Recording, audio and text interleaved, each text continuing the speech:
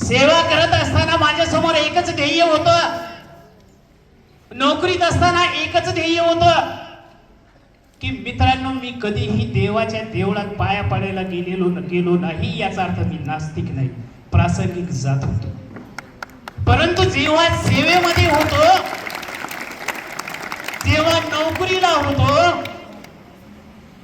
त्यावेळेस अगोदर सर्वात अगोदर मी विद्यालयामध्ये जायचो. आणि माझं जे ज्ञान मंदिर होतं, ते ज्ञान मंदिर म्हणजे तुम्ही ज्या वर्गामध्ये बसता ते ज्ञान मंदिर आहे.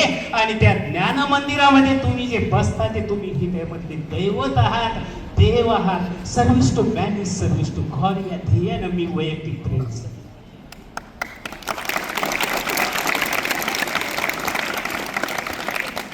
विद्यार्थी हे माझं दैवत आहे, विद्यार्थी हा माझा परमेश्वर आहे. आणि हा चालता बोलत्या परमेश्वराची सेवा करणं म्हणजेच खऱ्या अर्थाने ईश्वराची सेवा करणं. आमचे सर्व अध्यापक या ठिकाणी आपल्याला जे प्राचार्य लाभलेले आहेत, खऱ्या अर्थानं एक अष्टपैलू व्यक्तिमत्व मी जवळून पाहिले. ते ज्या शाखेमध्ये होते अगोदर, त्या शाखेमध्येही मी गेलेलो होतो.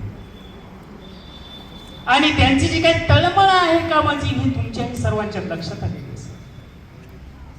तर अशा प्रकारचं व्यक्तिमत्व तुम्हाला लाभलेलं आहे. तर विद्यार्थी मित्रांनो,